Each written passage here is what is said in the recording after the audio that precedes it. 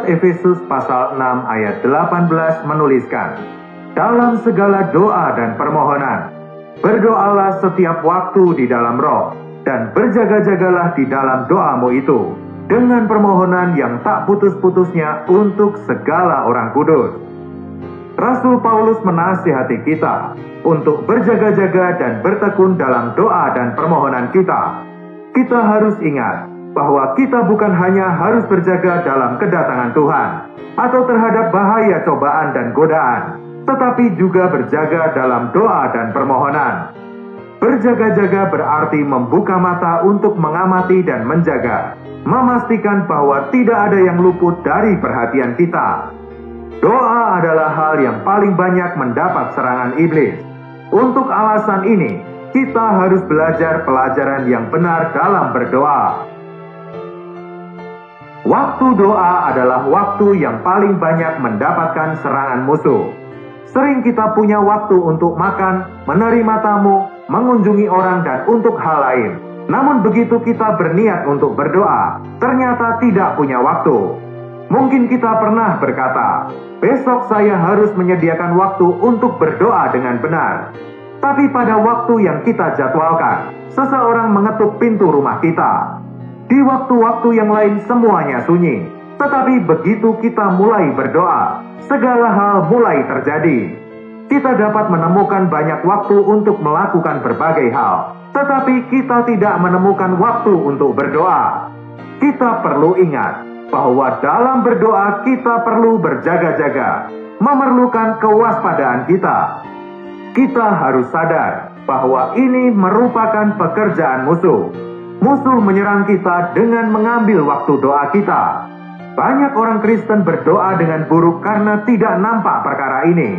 Mereka tidak berjaga dengan cermat dan tidak berhati-hati menjaga setiap kesempatan doa agar tidak terlewat. Mereka punya waktu untuk mempelajari Alkitab dan melakukan pekerjaan lain, tetapi tidak menemukan waktu untuk berdoa dan memohon. Disinilah iblis beroleh kemenangan. Iblis tahu bila kita tidak punya waktu berdoa, tidak ada yang dapat membatasi pekerjaannya. Bahaya dan musuh ada di depan kita setiap waktu.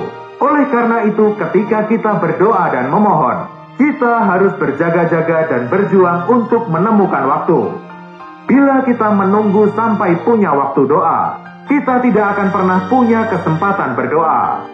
Setelah itu, kita harus menjaga waktu doa ini dan terus mempertahankannya. Kita harus berdoa agar Tuhan memberi kita waktu untuk berdoa. Kita pun harus berdoa agar tidak kehilangan waktu doa. Orang yang ingin melayani Tuhan dengan benar harus punya waktu berdoa. Tanpa menjadwalkan waktu doa, kita tidak akan pernah punya waktu. Selain itu, kita juga harus berdoa untuk menjaga waktu itu, agar musuh tidak mengambilnya. Inilah hal pertama yang perlu kita waspadai. Kita bukan hanya harus berjaga-jaga terhadap waktu doa, kita juga harus menggunakan waktu ini dengan baik. Selama berdoa, kita paling banyak mendapatkan serangan musuh. Pada waktu biasa, pikiran kita sangat jernih. Tapi begitu mulai berdoa, pikiran kita menjadi terganggu dan bingung. Begitu mulai berdoa, kita merasa lelah dan mengantuk. Biasanya kita bisa melakukan hal lain sampai larut malam. Tetapi untuk berdoa, kita merasa terlalu lama dan harus segera tidur. Begitu kita kembali melakukan hal lain, energi kita pun kembali. Ini merupakan pekerjaan iblis yang mengganggu kita. Iblis tidak ingin kita berdoa, karena dia tahu kekuatan doa. Itulah sebabnya dia berusaha menyerang doa kita.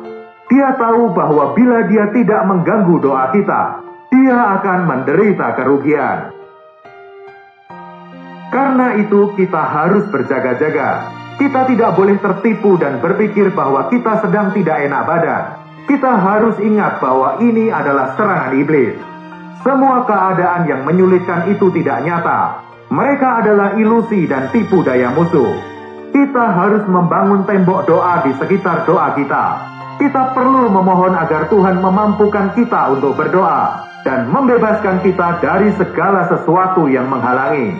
Kita harus berdoa agar Tuhan memberi kita kekuatan untuk berdoa.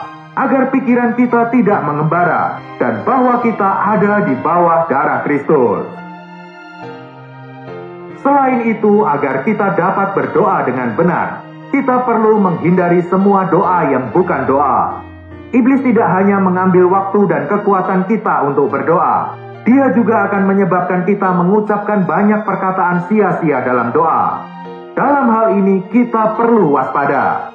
Banyak doa bukanlah doa yang sesungguhnya, melainkan hanya omongan yang sia-sia. Mereka tidak akan membuahkan hasil apapun.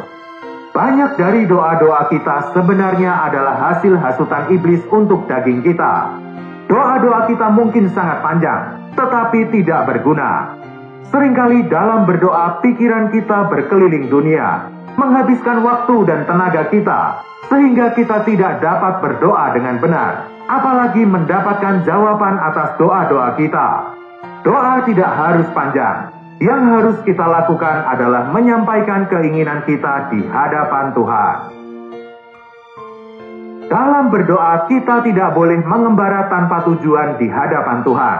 Kita harus tahu apa yang kita inginkan. Suatu kali 2 orang buta mendengar bahwa Yesus lewat. Mereka berkata, "Tuhan, Anak Daud, kasihanilah kami." Lalu Yesus berhenti dan memanggil mereka. Ia berkata, "Apa yang kamu kehendaki supaya aku perbuat bagimu?" Tuhan juga bertanya kepada kita, "Apa yang kamu kehendaki supaya aku perbuat bagimu?" Beberapa orang berdoa 15 menit sampai 20 menit. Tetapi bila kita menanyakan apa yang mereka minta dari Tuhan, mereka tidak dapat berkata apapun. Kalau begitu, bagaimana kita mengharap Tuhan bekerja melalui doa-doa kita? Oleh karena itu, sebelum kita berdoa, kita harus memeriksa dengan cermat apa yang kita inginkan. Sangat disayangkan bahwa banyak orang tidak memiliki keinginan sama sekali, dan mereka hanya menggumamkan kata-kata bodoh dan sia-sia di hadapan Tuhan. Kita ingat perempuan Siro-Fenesia yang meminta Tuhan menyembuhkan anak perempuannya. Saat itu Tuhan berkata bahwa tidak patut mengambil roti yang disediakan bagi anak-anak dan melemparkannya kepada anjing. Perempuan itu menjawab, "Benar Tuhan, tetapi anjing yang di bawah meja juga makan remah-remah yang dijatuhkan anak-anak." Tuhan menjawabnya, "Karena kata-katamu itu, pergilah sekarang sebab setan itu sudah keluar dari anakmu." Kata-kata yang kita gunakan adalah hal yang penting. Tuhan menjawab doa perempuan itu karena dia mengatakan hal yang benar. Kita bukan hanya harus memiliki keinginan yang benar di hadapan Tuhan, kita juga harus memperhatikan perkataan kita. Perkataan kita harus benar dan sesuai dengan keinginan kita. Seringkali kita menginginkan sesuatu, namun setelah lama bertele-tele, ternyata kita menyimpang ke hal-hal yang lain.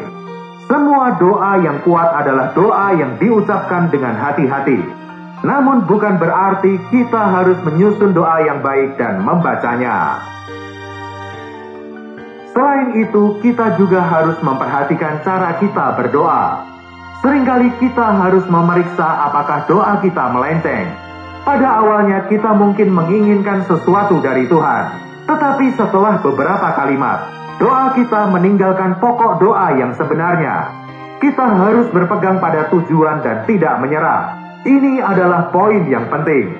Doa menuntut kita waspada, gigih, tak berkesudahan, dan waspada dalam menghindari perkataan yang sia-sia. Bila kita ingin berdoa dengan efektif, kita harus merajutnya menjadi suatu jaring. Artinya kita harus berdoa dengan sungguh-sungguh, dan tidak meninggalkan satu hal pun tidak tersentuh oleh doa kita. Tanpa doa yang seperti jaring, kita tidak dapat memiliki doa yang berbuah. Orang yang cakap dalam berdoa akan mencurahkan segala keinginannya pada Tuhan, dan dia akan menggunakan segala macam doa untuk mengelilingi pokok yang didoakannya. Dia akan membentuk jaring di sekitar pokok doa, dan akan mencegah musuh untuk melakukan apapun baginya. Hari ini doa kita terlalu longgar. Meskipun banyak kata-kata yang diucapkan, tetapi tidak menyeluruh, dan musuh masih dapat melanjutkan pekerjaannya. Bila doa kita seperti jaring, musuh tidak akan menemukan celah untuk masuk. dan kita akan menyelesaikan pekerjaan kita. Misalkan seorang saudara melakukan pengabaran Injil di tempat yang jauh, dan kita berbeban untuk mendoakannya. Kita berdoa tentang segala sesuatu yang dapat kita pikirkan, termasuk transportasi, kesehatan, tempat tinggalnya, pemberitaan Injilnya, penduduk di tempat yang dituju, serta keperluannya selama tinggal di sana. Ini adalah berdoa dengan segala doa. Artinya memasang jaring sehingga tidak ada yang terlewat dari doa. Bila kita melakukan hal ini, iblis tidak akan dapat melakukan apapun. Doa yang tergesa-gesa, yang bersifat umum, seringkali merupakan doa yang longgar. Hal itu memberi celah bagi musuh untuk masuk. Sering doa yang longgar merupakan tanda kurangnya keinginan. Karena bila kita memiliki keinginan yang kuat dan tahu apa yang kita doakan, pasti ada beban yang mendorong kita untuk mendoakan segalanya.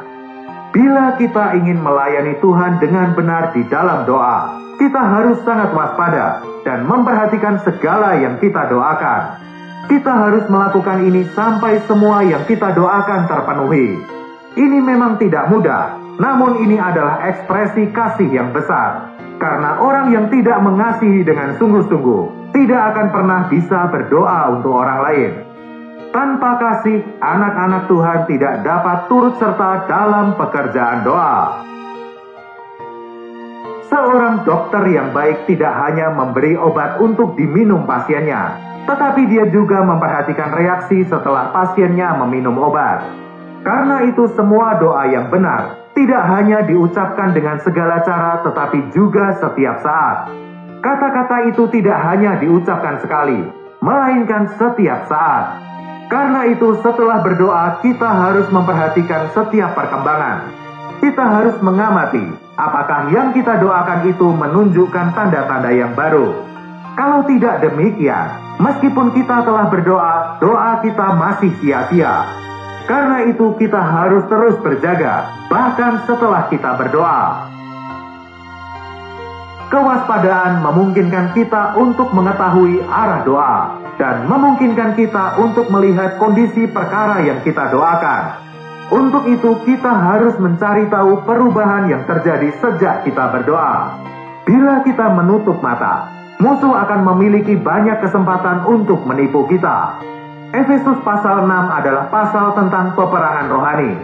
Oleh karena itu dalam berdoa kita harus waspada, karena doa kita hanya efektif bila kita berjaga-jaga. Doa adalah kebutuhan kita yang mendasar. Tetapi bila kita ingin kuat di dalam doa, kita harus berjaga-jaga di dalam doa. Bila kita tidak berdoa, kita tidak akan memiliki kekuatan. Inilah sebabnya iblis berusaha mengganggu kehidupan doa kita. Bila kita ingin belajar berdoa dengan benar, kita harus memperhatikan kelima hal ini. Dengan demikian kita akan belajar sesuatu dalam doa. Semakin banyak kita berdoa, semakin banyak pemahaman yang akan kita miliki, dan semakin banyak pengalaman yang akan kita peroleh. Kiranya Tuhan merahmati kita hari ini, agar kita benar-benar memperhatikan perkara ini. Tuhan memberkati.